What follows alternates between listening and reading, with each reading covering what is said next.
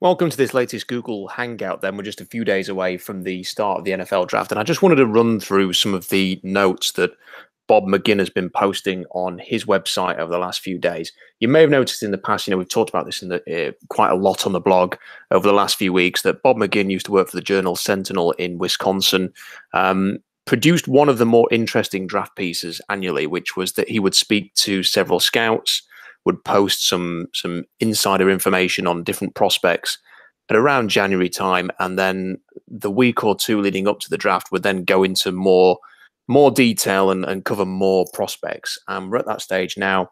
He's since left the Journal Sentinel and is producing his own blog, which is bobmcginnfootball.com. I'm not going to post any of the quotes in full on the blog, on Seahawks Draft blog itself, because it's behind a paywall. I would encourage people to go and subscribe to Bob's work.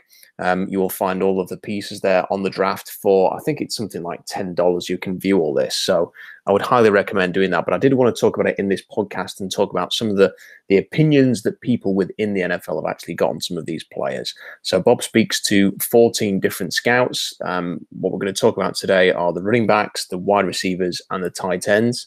And these are three positions that we've talked quite a lot about with the Seahawks that could potentially draft from these positions in the early rounds in the draft next Thursday. So just want to start with the running back notes.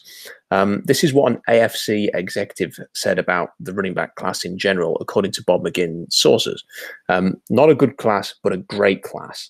The strength of the draft, and it is better than the interior offensive line. So repeating what we've said an awful lot during the draft coverage, that it is a really good running back class, that it's a great class. It is the strongest position in the draft. And McGinn's sources suggesting that if you need a running back in this draft, you're going to be able to find one. This is how the sources, so he kind of pulls all the information together from all of the scouts, gets them all to do their rankings, and then lists the cumulative ranking of all the different players. So this is how he ranks the running back class overall. Saquon Barkley, unsurprisingly, at the top, described here by one of these scouts as a big Barry Sanders, a versatile runner, receiver, returner. The total package, according to another scout, can get the tough yards, can win in space, good on third downs, hands, quality character. He's got vision, balance, and he's been durable. So these are what the scouts are saying about Saquon Barkley. Not surprisingly, he's the first on this list. He's going to go in the top 5 as a lock. After that's when it gets interesting, because you've seen a lot of different opinions on how to rank the next tier of running backs, because you've got Saquon Barkley on an island and then everybody else. So according to these scouts, Sony Michel is ranked at number 2, Darius Geis at number 3, Nick Chubb at number 4, Rashad Penny at number 5, Ronald Jones II down at number 6, ahead of Royce Freeman in 7, Kerryon Johnson in 8, Kalen Ballage at 9, Mark Walton from Miami at 10, and then John Kelly, Josh Adams round out the top 12. So just to run through some of these, Sony Michel being projected as a first or second round pick. One of the scouts here saying, actually asking the question, is he explosive enough and can he catch the football? Another one saying that he's got good hands. The other nice thing is he's not taken a beating because they've been alternating the backs there at Georgia. Another one saying low center of gravity, tough, really competitive kid. That dog can hunt, but he's a fumbler, does have a fumbling issue, burst onto the seam with dynamic outside speed. He can go inside or outside, catches the ball, has improved over time. So this, again, nothing groundbreaking here with Sony Michel. We know that he's had fumbling issues. We know that he's got the size to run inside. He can run outside. He's had a very good career at Georgia, especially in his final year.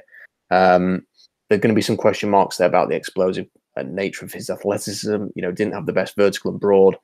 Not the fastest, actually ran slower at the combine than Nick Chubb, but seems to be a lot of appreciation for what Sony Michel can do. Could sneak into the late first, perhaps more likely to go into the early second.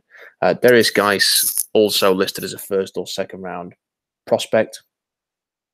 Here's what they say. He runs like a guy that's 240 pounds, but when he sticks his foot in the ground, he can spin and get out of stuff. People will worry about his injuries because he initiates a lot of contact. He doesn't run away from anybody. You love the way he plays, says one scout.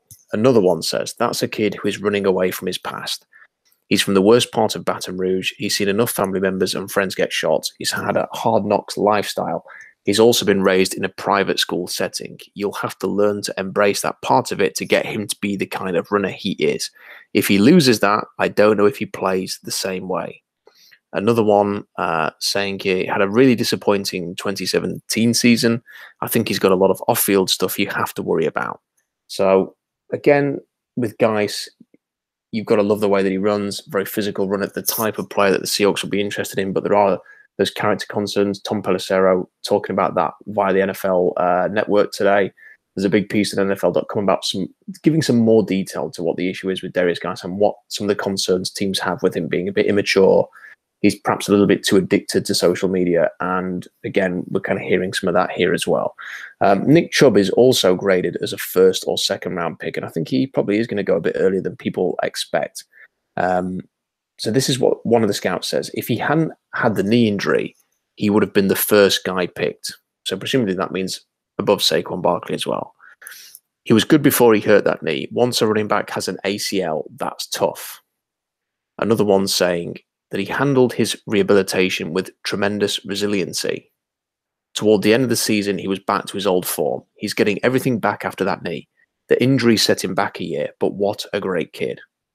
A third scout saying, he's just a man, physical, he's got quick feet and can make them miss. And another one saying, better feet than people expect, got power, can bounce if he needs to work on his hands and pass protection. So a glowing review there from Nick Chubb. And if teams do believe that he is over the worst with the injury, then he's going to go a lot earlier than people expect because he's got everything. Explosive power, speed, physicality, great attitude, all football. And there's a very, very good chance that he's going to go very early in this draft. Rashad Penny, graded as a second-round pick. This is what the scout's saying about him. The system there is tremendous, good size and straight-line burst. I don't think he has good feel or a lot of niftiness. Runs primarily out of an eye backfield, but when he runs the spread option, he's got feet and acceleration, said a second scout. Great hands, makes guys miss, got great contact balance. Another one, offering a little bit of a different take here, says he runs high, I don't like his pad level, he's strong, and he's very fast. So, again, not the most incredible review of Rashad Penny, but they feel he's going to go in round 2. On to Ronald Jones. So this is what they're saying about Ronald Jones II, a player that we really like a lot. We've talked about him perhaps more than anybody else, perhaps up there with Isaiah Wynn, maybe. One scout saying he's close to low 4.4s as a runner, has home run speed. He's like Jamal Charles, kind of a long linear build. He's more of a weapon in the passing game than he was early on. Is he tough enough to be the guy?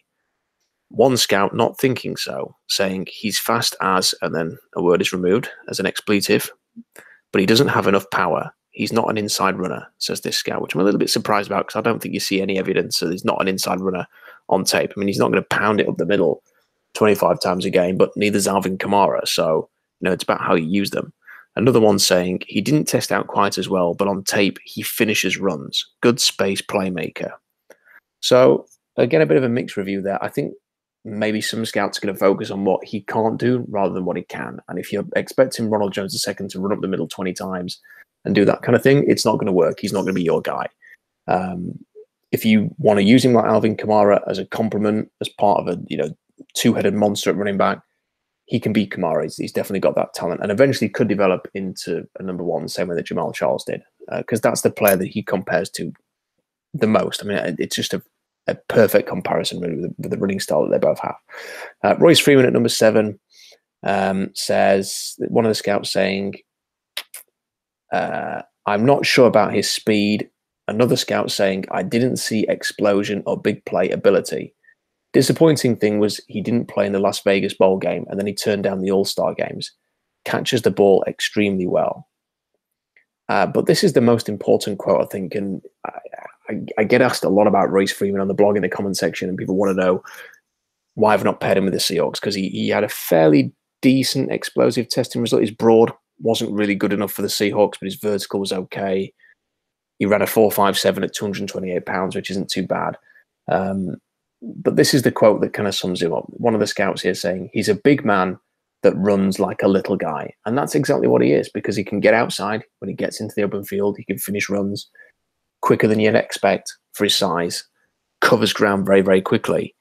But for a 228-pound back. He doesn't play like a 228-pound back. And that's not necessarily a negative on him. It's just not who he is. If you found out that he was 205 pounds, you wouldn't be particularly surprised. So that's kind of where you've got to view him. Kerryon Johnson listed at number 8. I'm going to just sort of move on to Kalen Ballage very quickly here, but Kerryon Johnson does not get a very good review from the scouts here. One just flat out saying, I don't like him. He doesn't have it. Another one saying, when you look at his body, you can see why he's had so many injuries. He's skinny-legged. He's just not built like a traditional NFL running back. He makes a lot of guys miss, but he takes a lot of shots. If you do trap him, he'll get popped. He will drop his shoulder. So this is something that's been consistent with Kerryon Johnson, and you can see just watching him. There's a lot to like about Kerryon Johnson. Very physical, very patient, has that sort of Le'Veon Bell patience in there, has been able to lead the way for Auburn, and was really the one driving force that got them back into national championship contention at the end of the year and got them to the SEC championship game. But he gets hurt. Ronnie Harrison hammered him in the Iron Bowl, practically took him away from the bowl game and the SEC championship as a consequence. He gets nicked up too much. He's had hamstring injuries. He's got this sort of, he's very high-waisted, long legs, looks very, very similar to Chris Carson. And Chris Carson's another running back who has had a lot of injury issues. When people say, why aren't you trusting Chris Carson to carry the load for the Seahawks moving forward? It's pretty much for the same reasons that people are sort of lowering their expectations for Kerryon Johnson right now. His frame is unique. It's not orthodox. And Carson may always get injuries, and Kerryon Johnson may always get injuries because of their frame. It's just something that you're going to have to deal with. And so far, Johnson's been banged up, Carson's been banged up, and that's something that we're going to have to monitor with Chris Carson. And you will have to with whoever drafts Kerryon Johnson as well. On to Kalen Ballage. I mentioned this in the blog post today earlier about how teams are viewing him, but this is what it says about him, because he's someone that the Seahawks are clearly looking at and showing a bit of interest in. Everybody will have question marks on his ability to play the physical game of football, said one scout, but he's got the size and the speed combination that will make him a great asset to any organization. He's talented, another scout said, really good route runner. He has a chance to be dynamic, but he's got to prove it over the long haul that he can do it day in, day out from the standpoint of being tough. I could see somebody jumping up in the 3rd round because the talent is there. And that's the thing with Kalen Ballage, is I'm not the biggest Kalen Ballage fan. I like certain aspects of him, and there is potential for him at the next level that is very appealing. If you want him to be the kind of guy who is leading your offense, is going to be an 1,800-yard runner, is going to have 15 touchdowns, is going to be beast mode, then that's not going to happen. If you find a way to use him and sort of max out what he is, which is he can run tough, he's probably going to have to work in a committee, he's going to be more of a 3rd down type or somebody who catches passes out the backfield, then that's the way you kind of have to look at him. In many ways, he's more similar to CJ Procise than someone like a Thomas Rawls, a Carson, a Marshawn Lynch, or someone like that. Now, if you take him, you're probably pairing him with Chris Carson and Mike Davis, and you're trying to sort of run this committee. I'm not sure that that's the best way for the Seahawks to fix their running game. I kind of feel like the thing for them to do is find a feature runner, someone who is just going to be the guy, or try and recreate what they've got in New Orleans, which is to have either Davis or Carson with their version of Alvin Kamara, which in this case would be Ronald Jones II. I don't think having Carson, who's had injuries, CJ Procise, who's had injuries, Mike Davis, who is decent but pretty average, and then Kalen Ballage is, you kind of got a lot of similar guys there that aren't really, you can't really trust to be the guy. And that would be a bit of a concern for me. But, there's potential there. There really, really is. And we know the Seahawks love to invest in potential, bring it in. Pete Carroll will back his staff to coach people up. And you could definitely see the Seahawks spending a 3rd round pick. They'd have to acquire a 3rd round pick, but you could see them spending a 3rd round pick on Ballage to be the guy, and then focusing on other positions in round 2, especially if they trade Earl Thomas and get those multiple picks in the 2nd round, that they could look at other positions first and then take Kalen Ballage. And while there are questions about Ballage, there's going to be questions about all the running backs in this class. However good this class is, and it is a very deep running back class, there are concerns about everybody. Sony Michel fumbles. Darius Guice has character issues. Nick Chubb's got the knee injury. Rashad Penny, it's how much has the scheme and the system at San Diego State helped him and the level of competition. Ronald Jones II, it's size. Royce Freeman, it's whether he runs like a big back. Kerryon Johnson, it's going to be injuries in the frame. So you're taking a chance on pretty much all of these guys. And I can see a team in the hours that they spend in the war room talking through this class, trying to find ways to fix the running game. I can see them going, listen, we can get Kalen Ballage in round 3. He has this, and this that are question marks, but then these other 2 guys we'd have to take a round earlier have got this, and this. So, I can see why a team would balance that out. Not necessarily the decision that I would make, but I can see why teams feel that way. On to wide receivers, because increasingly it looks like the Seahawks might be interested in taking a receiver earlier just because it is such a bad class. And that is summed up by the scouts here that Bob McGinn refers to. So one scout saying, this is the worst wide receiver draft I've seen in my life. Name me a first rounder other than Calvin Ridley, which is interesting, because people talk about Ridley not altogether positively, but you do hear a lot about DJ Moore. You hear a lot about Cortland Sutton. You do hear a fair bit about Christian Kirk. But that scout there is saying that it's just Ridley and a bunch of other guys. So I'm not going to run through the whole list of receivers in the way that we did with the running backs, but I'm just going to run through the way that they're ranked. So Calvin Ridley's ranked as a first rounder and as a fringe first, second round type. DJ Moore, second, again, a fringe first, second. Cortland Sutton's in that range as well. Christian Kirk is listed firmly as a second rounder. Then you've got James Washington, described as a second or third rounder. Anthony Miller also as a second or third rounder. DJ Chark, second or third round. Dante Pettis is a third rounder. Michael Gallup from Colorado State is a third rounder. And then Traycon Smith from Central Florida is a third or fourth rounder. Deon Cain and then Deshaun Hamilton round out the top 12. So that's how they're seeing this draft class. To run through some of the notes, I know people like DJ Moore, so what they're saying about him is he earns your respect because he has excellent hands, he's fast enough, he's big enough, and he's really good route runner. Plus, he doubles as an effective punt returner. And then it says, according to one scout, Moore went to the combine and became a star. Going on to say, I didn't think he would run that well. I thought he'd be a 4.6 guy. He's a good little player, good hands. I thought he was really slow. You didn't see a whole lot of quickness and speed on tape. More of a third receiver, to be honest with you. Not nearly as good as Mohamed Sanu. So a bit of a mixed review there. What about Christian Kirk? This is what they say about him. He's a winning type player, one scout said. Does something after the catch because he has a real strong build down low. He's got really good quickness and can gain separation easily on the inside. I see him stepping in day one as the number 3 slot receiver and being that for the next 6 or 7 years. I like Kirk over Ridley, says this scout. Another one says he fits Tom Brady's offense. He wants somebody that can get down 10, 12 yards quick and then be alert. He's courageous and he gets upfield. Another one saying he's a slot, but he's not special. He's just not as dynamic as you'd hoped. He's really raw, pretty good hands. I thought he'd be a little better after the catch.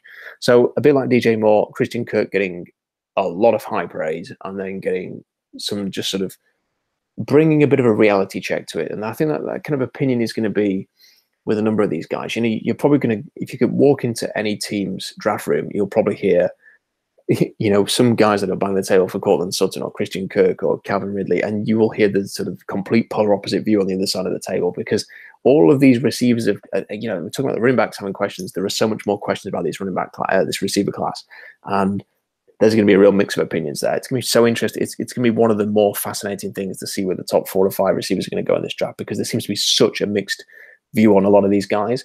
But I think there's probably one consensus view that once the likes of Kirk and James Washington and Anthony Miller go off the board, you're going to be really struggling to find guys that can have an early impact for your team. I wanted to read about Miller because he's someone we talked a lot during the season, had him in the first round for a long time. Then you see reports about injuries and the fact he's not particularly fast. He's 5'11", 200 pounds, only ran a 4.54 40. But this is a really interesting blurb on Anthony Miller of Memphis. So compared by 2 scouts to the great Antonio Brown, very similar traits coming out, said one scout. Every quarterback in the league would love to have him. He's a ready-made NFL slot guy. Maybe has the biggest chip on his shoulder of anybody. Hellacious football player. He may not burn up a 40 clock, but he's quick and extraordinarily intelligent. He's a great blocker. He won't be a guy that goes outside and runs away from people on the vertical stuff. His game is inside. He understands leverage, route concepts, how to adjust. He's cocky, but in a very likable way. So that's what one scout says. That is a fantastic review. Here's another one. Oh man, that is a football playing dude, another scout said. He's not the biggest, not the fastest, but this guy knows how to play. He's tough as nails, one of the best run after the catch guys I have ever done. He's a great second round pick. And a third scout saying he's just a good little football player. Small, slow, just made play after play for them in that system. Just not a lot of pro upside. And that's the thing with Miller. He's going to have limitations because of his size and his speed. But when you watched him play, man, I had him in the top 20 in my early mock drafts because that is just how good he looked watching him play. You know, you could make a case for him being the best receiver in this draft based purely on just watching what you see on the field. The number of plays he made, the tenacity he plays with. He's just a really, really good player. And I'd be interested to see if the Seahawks can look beyond maybe some of the size and speed issues there and consider him. Now, if they're going to go for Air Coryell, you know, they want someone who's going to get downfield. People like Christian Kirk who just can, they just disappear in at the second level. You know, they just drift away from coverage, find that little gap in there, and then you get it downfield, and it's a big play. And they can turn it, what would often, you know, a scramble drill, he can turn what might be a 30-yard completion into a touchdown for 60 yards. I mean, that's just the way that he is. And if they want that type of receiver, then they're going to look for someone like that. If they just want someone who's going to come in a ball, then Anthony Miller could definitely be a player that they look at. I want to finish this video by talking about the tight ends and what it says about them. First of all, the rankings, they have Hayden Hurst listed as a first or second round pick. He's the top tight end according to these 14 scouts. Dallas Goedert is also listed as a first or second round pick. He's number 2. Mark Andrews listed as a second rounder, which is a bit rich for me. I think he's probably more round 3, round 4, but he's listed 3rd. We've got Mike Gesicki ranked as a second or third rounder at number 4. Jordan Akins from Central Florida, not a player that I've had much chance to watch, but he's listed as a 3rd or 4th rounder at number 5 on the list. And we've got Chris Herndon at number 6, 4th rounder. Surprising that they've got Ian Thomas down as a 4th or 5th rounder, but I'm going to come back to this in a second. He's down at number 7. Then Dalton Schultz is listed as a 5th round pick, and that's it. It's basically a top 8, and then the others listed include Will Disley and people like that, but they're not listed in this ranking. And there's no blurb, sadly, on Will Disley or Durham Smythe for that matter as well. So can't offer too much on them. But wanted to start with Dallas Goedert, who's number 2. He's a player that the Seahawks have worked out. This is what one scout says. He's got some Jason Witten-like qualities, said one scout. People think of Witten now as an annual Pro Bowler, but he slipped in the draft and went in the 3rd round in 2003. Goedert has the size, the athletic body control, the hands, and he will improve as a blocker. Another one saying, small school product with immense size and soft hands. He'll have to learn how to block more and be more explosive. He can go vertical. He's going to have to learn to take the next jump to the pros, but he's got a lot to work with. Another one saying, I'm sure he can get better than he is at blocking, but he doesn't have much interest in it. He's got a brain where he should be able to block, said another scout. So, again, you've got one guy saying, don't expect much blocking from him, and another one saying that it's well within him. So, you know, he could be someone the Seahawks look at, ran a 4.68, had a very good pro day, I think he had an injury earlier in the process, but has generally done well in his pro day since. Is getting a lot of talk in that sort of 1st, 2nd round range. Some people saying that he should be the only tight end considered in the 1st round. Others seeing him sort of like a top 50 type. I'm going to put a mock draft out tomorrow. He's going to be firmly in that sort of 50 range, and the Seahawks have had a look at him, so someone to keep an eye on there. I wanted to come back to Ian Thomas, though, listed at number 7. So, according to this, they've got him listed as a 4th or 5th rounder. I just wonder if that's a little bit out of date, and teams certainly seem to be bumping him up the board. So this is what it says. He has not played a lot of football, said one scout. A good move guy, very good athlete. He's going to shine as a receiver first. He can be a matchup problem for linebackers, and he will block. He has improved his strength. He's tough. He's been through a lot in his life to get to where he is. He has proven he can overcome adversity. So based on all of that, you know, you would think that he'd be on the Seahawks radar. Another one saying he's got some intrigue about him because he's got size, athleticism, and growth. He could be a top 50 pick, said this scout, and that is more in line of the way that I'm thinking. I'm going to have him in that sort of 50 to 55 range in my next mock draft. I think it's probably the range where he's going to go. Teams want versatile tight ends. I think there's a view with Ian Thomas that he won't be maybe the best rookie, but 2 or 3 years down the line could be the best tight end from this class. And the final name I want to go through, Dalton Schultz, is a player that we've talked about a lot. Graded here as only a 5th rounder, didn't run particularly well, didn't have a great combine, and that's going to limit his stock a little bit. And it says here, he's not flashy, but he just does his job basically. He's not overpowering or anything, above average to average in every aspect. He's not in the class of those other big-time Stanford tight ends of the past. If he's a starter, I would be surprised, says this scout. Another one saying, scrappy, jack of all trades, master of none. Kind of a poor man's Rhett Ellison. It's not a good thing necessarily to be a poor man's Rhett Ellison, but that's what this scout says. Probably a better blocker than he is a pass catcher, not explosive. They don't feature him at all at Notre Dame. He's a better athlete than what he shows.